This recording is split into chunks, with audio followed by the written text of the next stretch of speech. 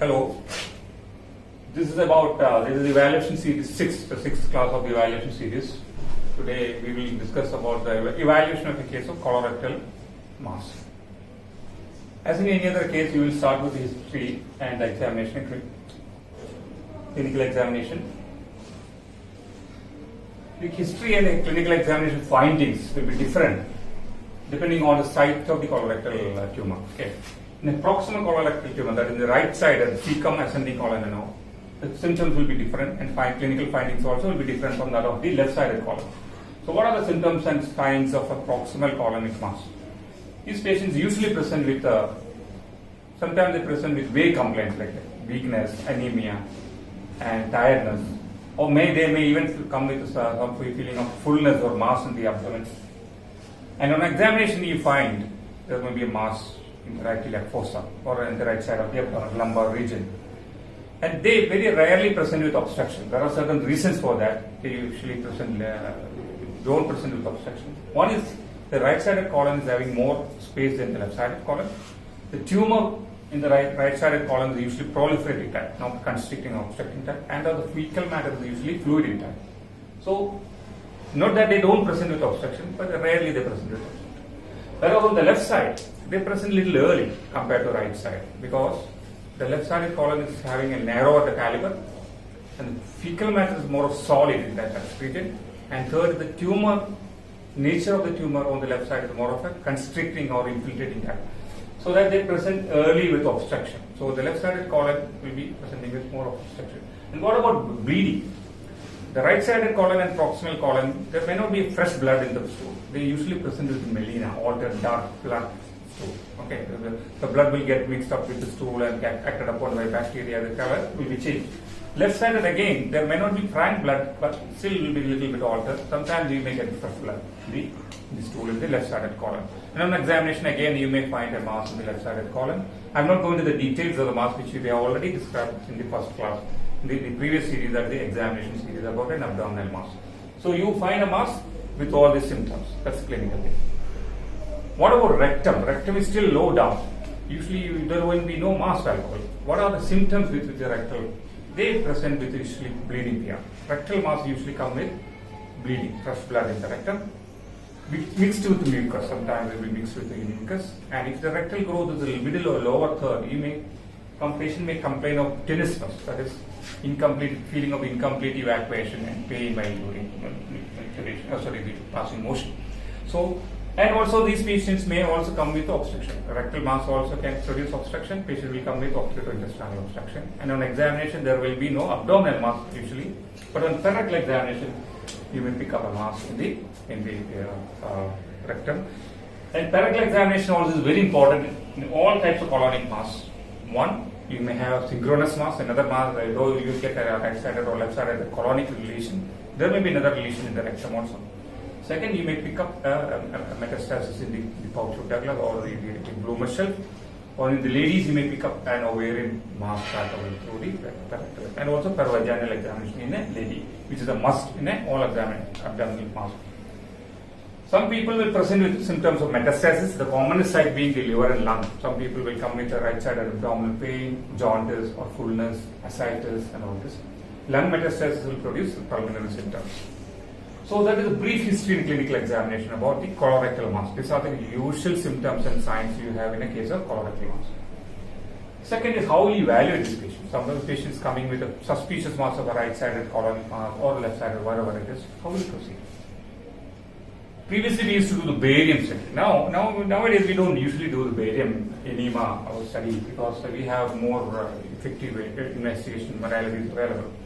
Barium can show you only the filling defect. That usually describe filling defects, the apple core deformity, the persistent apple core deformity. All this or filling defect you can find in the barium. But most definitely diagnostic modality is definitely the colonoscopy. You have faster colonoscope. That's an invasive procedure. Colonoscope is fast after proper preparation of the colon. You need to wash out the colon with either by oral giving by the polyethylene glycol or various laxatives or bowel wash. The colon should be clear, and then faster colonoscope, you visualize, you can take biopsy, and sometimes it could even be a therapeutic. So colonoscopy definitely is the gold standard in the evaluation of the colonic mass. Then CCT. What is the role of CCT? CCT's role is it can show you the extraluminal involvement of the colonic mass. Sometimes it may be infiltrating the neighboring structures. Okay, so extraluminal. Lumen also you can see. Infiltration of the lumen, the various wall thickness we can see. Extraluminal involvement of growth can see. Infiltration of the ureters, very important structure on the right and left side, especially more on the left side. So infiltration of the ureter or fixity to the posterior wall, that is psoas muscle, or fixity to the peritoneum. All this you can see by CCT. CCT of the abdomen, pelvis, and chest is a mandatory. Okay, that is to pick up the metastasis. Any bispheric lymph nodal metastasis, ascites, liver involvement, lung involvement. So all this. So it is having a good staging. So maybe the staging modality of choice is CCT of the abdomen, chest, and pelvis. So that is also a must. What is virtual coronography? Virtual coronography is a helical CT which is reconstituted into a 3D image, 3D CT image, which can see the mucosa, including, you get a feeling that you are doing colonoscopy. That's why it's called virtual coronography or virtual colonoscopy. You can see the mucosal folds. The preparation is just like that of colonoscopy. You put wash with required, and contrast used is air. The stomach, the colon is distended with air, and you take a high definition CT, and you can take pictures, which will give a picture of the entire colonic lumen, but you cannot take biopsy. If you find a lesion, colonoscopy and biopsy is preferred. CEA is a must. When you detect a mass like this and biopsy is there, a malignancy is proven, CEA is a must. CEA is not diagnostic. It's got only prognostic value. The preoperative evaluation of a value of CEA can be compared with the postoperative value. Okay, if it's falling or rising, if it's raising, there is statistic of a possibility of a recurrence or metastasis. So CEA is a prognostic. PET scan is not routinely done in colorectal malignancy. The role will be that of in a metastatic situation. When there is already a liver nodule, you need to do a PET scan to see whether there is any extranodular or extra hepatic metastasis. So that liver usually is resected, isn't it? In a colorectal malignancy, a liver nodule is usually resected if otherwise patient is fit. So PET scan is required in a case of metastatic workup. In such rare situation, not in all cases. What is the difference between rectum? Now, this is how you evaluate a colonic mass, left or right sided colonic mass. Now, rectum, coming to the rectum, which may be palpable rectally, as I mentioned before. Still, a full-length colonoscopy is necessary. Already I have mentioned about the possibility of a synchronous lesion. Synchronous means at the same time more than one lesion, malignant lesion may be present, or there will be multiple polyps in the other part of the colon. So it's always mandatory to do a full-length colonoscopy, even though the lesion is very low, can palpate or take biopsy easily. So full-length colonoscopy, biopsy, that's diagnostic. What are the staging? MRI is the staging investigation of a choice in rectal lesions. Okay, rectal malignancy, MRI is a lesion. It can show you the wall thickness, involvement of the. I will show you another. When I come to the staging, I will show you the wall thickness, the involvement of perirectal tissue, the lymph node metastasis. It is very important the rectum because according to this staging, you decide whether you need to go for a neoadjuvant chemo or radiation therapy, or you go for an upfront surgery followed by chemotherapy or radiation. Okay. So it's very important to do an MRI and staging. Some people do MRI with a special coil, rectal coils. So you need to. It's not necessary. People can do without that also. So MRI is the choice. CCT is a metastatic evaluation of choice. Just like in colon, you can do the abdomen and chest of this chest CT to see any metastasis, just like we described in colon, any lesions there as a metastatic spread. So CCT metastasis. There may be a role for EUS also, endoscopic ultrasound in the rectum, especially when you are planning for a local excision of the rectal tumor, the early growth. Early growth, sometimes I will give you a few situations where you may consider an early rectal excision. I've written there, I'll come to that later. So in order to evaluate that, you may require an EUS to see exactly where the lesion is. So the wall thickness, how much it is gone and all.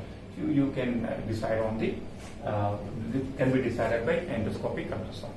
So this is how you evaluate rectum. This is how you evaluate. In all these cases, you need to follow up with an assessment investigation. Okay. So assessment will be just like any other major case. You need to completely evaluate this patient by blood investigation, ECG, X-ray chest, everything, all the clinical investigation will be done to make the patient fit for surgery, fit for treatment, whatever. Now, suppose it's a left or right sided colonic mass. Now, coming to that situation, what will you do? You have done all this, you have staged it, maybe it's a intra-abdominal metastasis, maybe it's metastasis, whatever. You have decided, colonoscopy biopsy is done, it's malignant, what do you do? In colonic, it's usually upfront surgery. You usually do an surgery upfront without a preoperative chemotherapy or chemotherapy or radiation therapy. So we need to know the details about staging in a colorectal malignancy. It's common for both colon and rectum. Okay, T1, T2, T3, T4.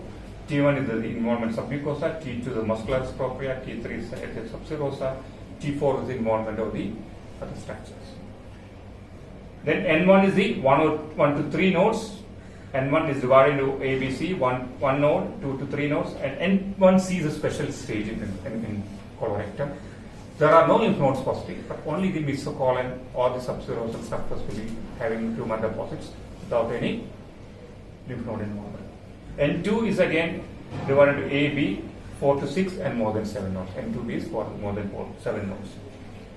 Then my metastasis M stage is divided into M1A, M1B, and M1C. M1A is one metastatic site, but no peritoneal involvement. M1B is the more than one metastatic site, no peritoneal involvement. M1C is when there is a peritoneal involvement. Okay. I'm not going to confuse you with this. This you can read from the books. The latest 8th AJCC classification is this. You need to read this. Okay. Here the importance is stage 3 onwards only the lymph node metastasis starts. Stage grouping, stage 3A onwards only the lymph. But whenever there is an N1 node positive, it is stage 3A. Okay. Beyond that, it is stage 2.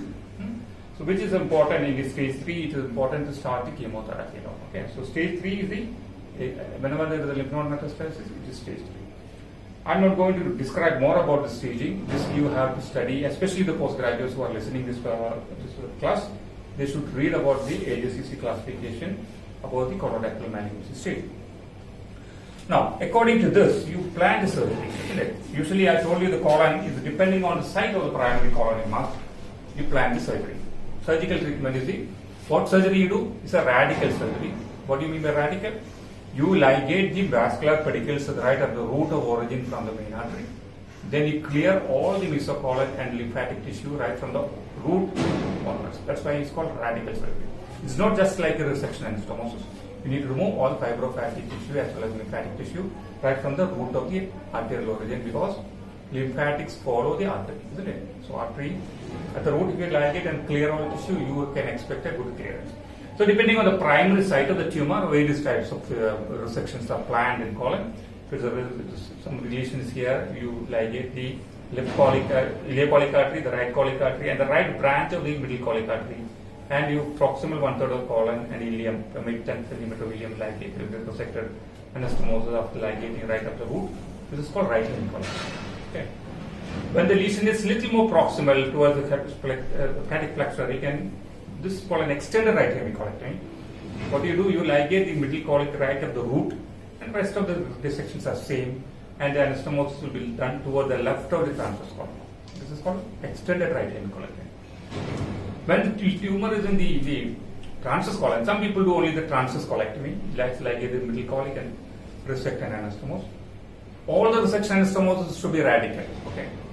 Or some people do even extended hemicolectomy in this situation also. If the lesion is here again, this towards the splenic flexure, again transverse colectomy can be done, or some people do a really extended right hemicolectomy. They do resect the splenic flexure and anastomosis between the ileum and descending colon is done. This can be done. When the lesion is in descending colon, this is called left hemicolectomy. This is not classical left hemicolectomy shown in this picture. The classical left hemicolectomy, you dissect right from the transverse colon, splenic flexure, descending colon, and anastomosis will be between transverse colon and the rectum. Okay, this is a little bit of limited left hemicolectomy shown here. You can anastomose and resect all the way right up to the sigmoid. You should remember, never plan an anastomosis at the sigmoid. Okay. Whenever you do, either at the descending colon or at the rectum. Anastomosis should be either at the descending colon or at the rectum, because sigmoid is having a dubious vascularity, It's got a thick wall, and also there's possibility of a diverticulosis. That's Western literature say. So never plan an anastomosis in the sigmoid. Then if it's a sigmoid growth, you can do a sigmoidectomy. You ligate these sigmoid arteries and do sigmoidectomy. Descending colon is like anastomosis to the proximal rectum. Okay. So these are the various surgical procedures depending on the site of the primary tumor. You can plan accordingly. Okay. Now, after removal of the tumor, you have removed the tumor or you have done a polypectomy, which is showing malignancy. What is the further treatment? Suppose you have done a polypectomy and which is showing malignancy. It is depending on the stage of the malignancy. Okay. If it's stage 1, you should, again I'm telling you, you go and read the staging. Stage 1 malignant polyp. If the that means it is only the head of this polyp is involved. You remember the Haggett's classification. Only the head is involved, no stalk involvement, because only less than 1% chance of node metastasis. Only endoscopic resection will be enough. But there are some exceptions. If there is a lymphatic invasion, tumor budding is there, post-pleural differentiated tumor, or tumor within 1 millimeter resection, should go for a segmental resection. Okay. Also, this is for pedungulated. Now, all sessile polyps are considered as a stage, the type 4 Haggett's. That is, you need a segmental colectomy. Segmental colectomy is required for all sessile polyps. Okay. Pedungulated according to the type. Okay. Now, stage 2, what will you do after resecting? You have to stage 2 onwards. You need to do resection. There is no local excision in a. It's not enough. You have to go for one of the surgeries which I have described earlier. What will you do post surgery? Chemo role is not very clear in stage 2. Stage 2 is a very dubious area. Stage T2, T3, N0, M0, that is the stage 2A. You know, this is not very clear.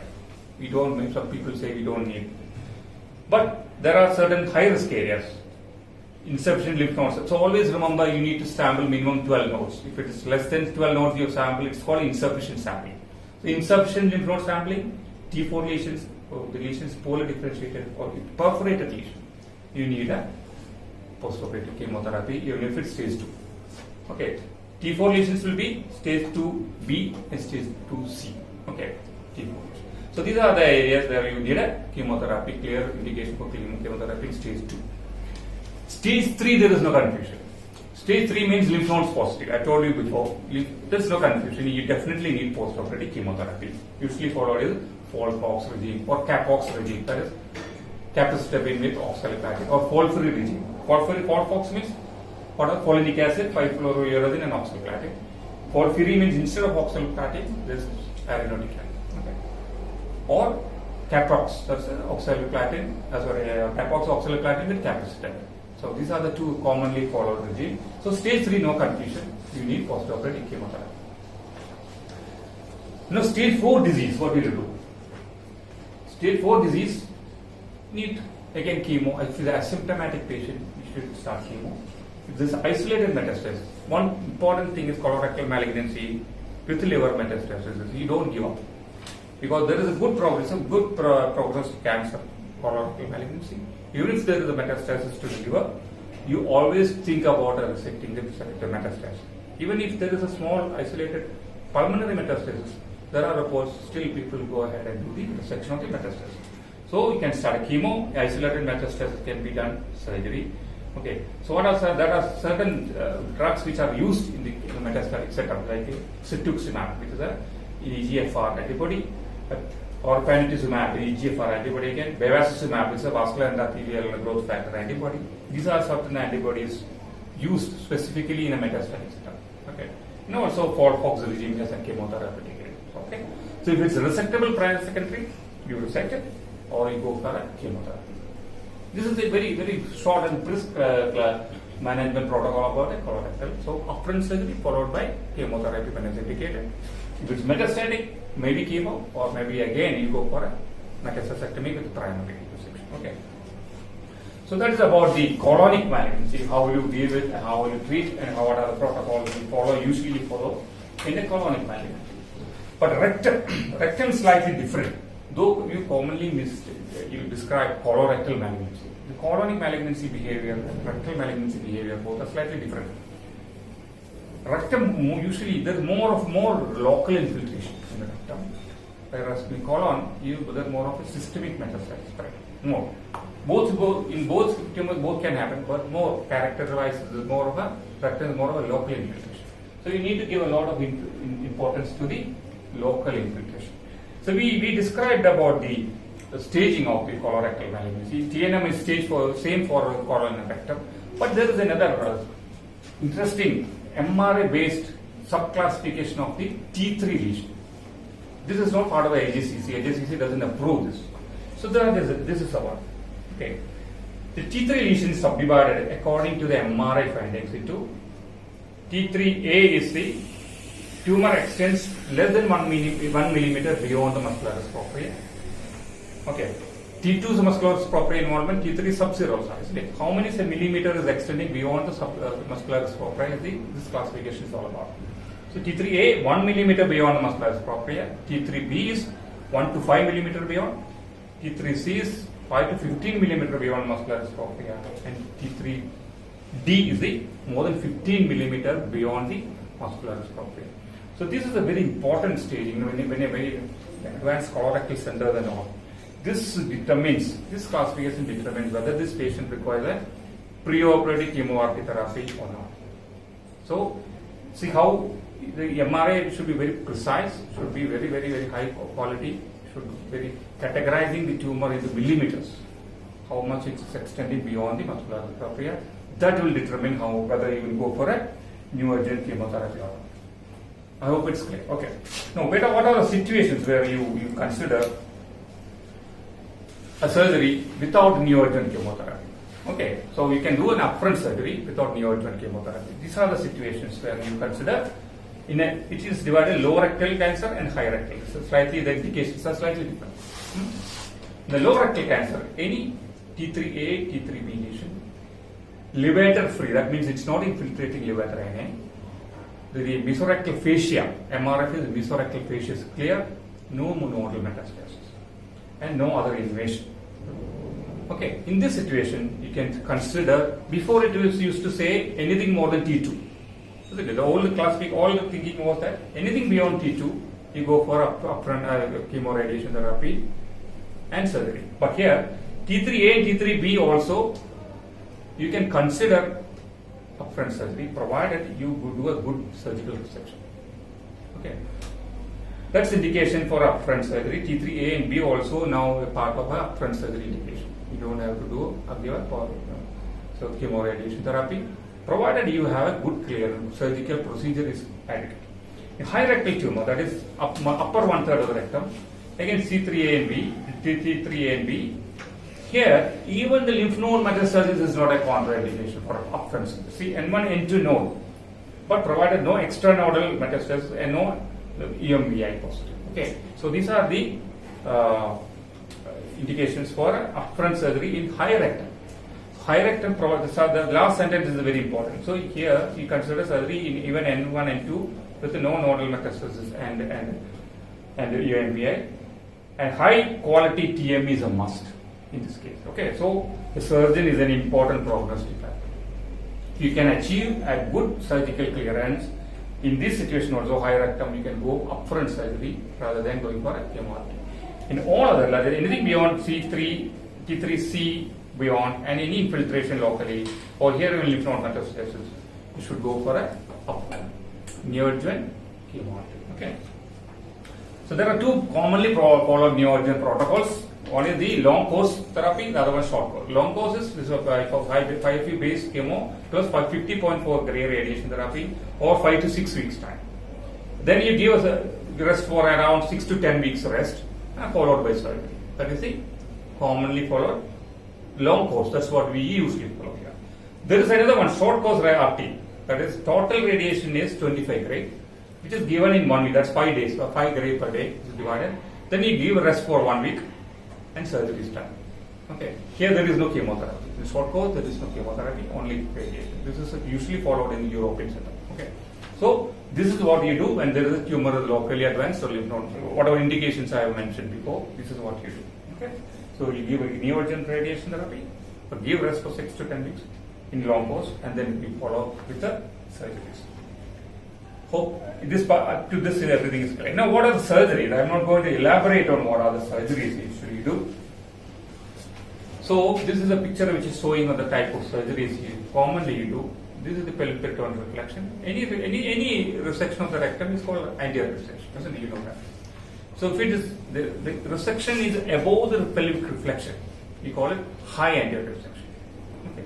The resection is below the pelvic reflection, we call low anterior resection.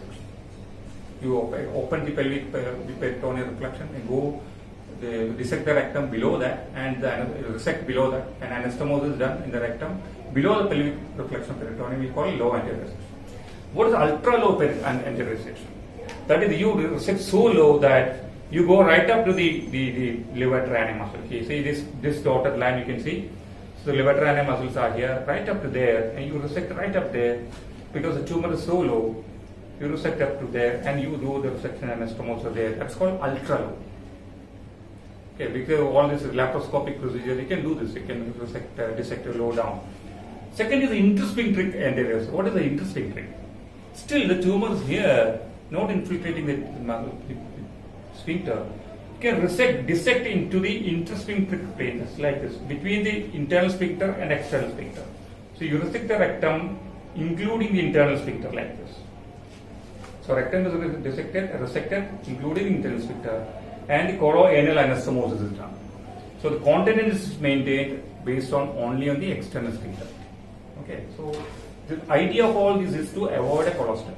If the patient is having good control with external sphincter alone, it is always better to avoid a permanent colostomy, isn't it?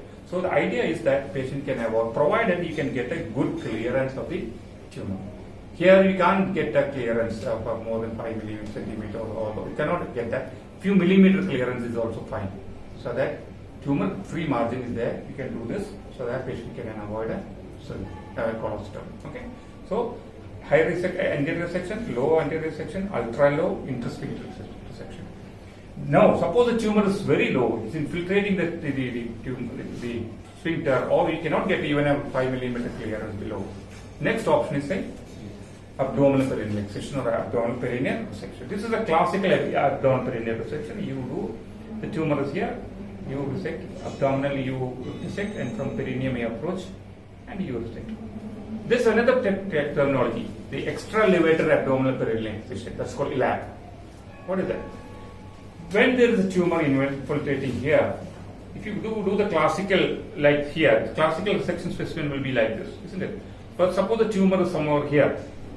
If you do the classical resection, the tumor, there's a chance that if the tumor is here, there's a chance that this circumferential clearance margin may be not positive.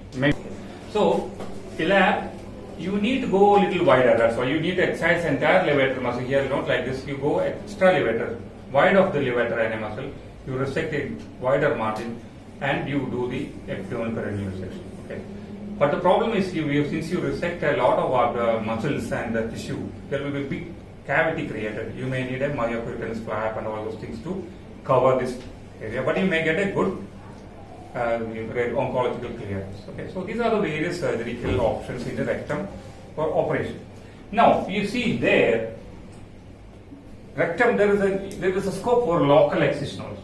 Suppose the tumor is very small, less than 3 centimeter, T1 lesion. Okay, no, not more than that. T1 lesion, mucosa involving the mucosa only, or submucosa, mucosa and submucosa, less than 3 centimeter, involving less than 1/3 of the circumference, well differentiated, no lymphovascular invasion. You can consider some procedures called local excision. There are so many procedures. I am not going into the details of all this. This is the transanal, minimally invasive surgery. This is transanal endoscopic microsurgery, transabdominal transanal surgery, transanal total mesorectal excision. So all these are various techniques. I am not going to the specifics of all this. In principle, what they do is, through the scope, there are special like a laparoscope-like instruments which can be introduced through the anal canal. Rectal lesion can be excised locally. In TATME now, even you can do, you resect the rectum from below, even you can do the TME, that's a total mesorectal excision from below. Okay, so it's possible anal excision. Two terminologies I want to describe and stop at this point. That is it. TME. What is my TME? Total mesorectal excision. The mesorectum should be completely excised when you do. So in upper rectal tumor, you need minimum 5 centimeter distal clearance of the mesorectum because the described spread of the tumor through the mesorectum is about 4 centimeters. So you need minimum 5 centimeter distal clearance of the mesorectum. So in upper rectal, 1/3 of rectal tumor, it may not be total mesorectal excision. It's only partial mesorectal excision. So you don't have to do the total mesorectal excision because 5 centimeter doesn't end the mesorectum. Okay. Middle and lower rectum, yes, you have to go for a total mesorectal. That's one. Second is the circumferential clearance. What is top circumferential clearance? You need to do the total circumference clearance and also the because otherwise the tumor involving the posterior peritoneal, non-peritonealized compartment, you need to do complete resection. That is the circumferential clearance. So these two terms you should know when you get a circumferential clearance as well as the total mesorectal excision in a rectal malignancy. Now we will end by saying this whatever we are saying now. I don't know whether you can see that properly. Rectal adenocarcinoma is diagnosed by staging CT, ultrasound, MRI. The stage 1, that is T1, T2, and 0, can high risk tumor, high risk for the resection is not there. You can go for a because surgery is risky. You can go transanal procedures. Low risk, always remember even T1, T2, the best procedure is always a resection, isn't it? No risk, you can go for a resection. Stage 2, that is your stage 2 if the lymph node positive. Not positive with high risk, you go for a neoadjuvant chemotherapy. Restage after that, then there's some metastasis, radical surgery. Stage 3, that is no metastasis there, again neoadjuvant chemotherapy. Restage after that, then no metastasis form, go for surgery. Stage 4, maybe asymptomatic or asymptomatic. Asymptomatic, you go for chemotherapy, restage. Then you will maybe area where there is confined to the unresectable, continue the chemotherapy, or become resectable or symptomatic. You may have to go for chemoradiation, stent, surgery, whatever procedures, palliative procedures in it. Okay, so that is all about the various in brief about the management of a colorectal evaluation and management of a colorectal malignancy. Okay, so there are a lot more to discuss in this. It takes a long time, which is beyond the scope of this particular discussion, and you have to read on it based on whatever you have discussed. You have to add on to this. Okay, thank you.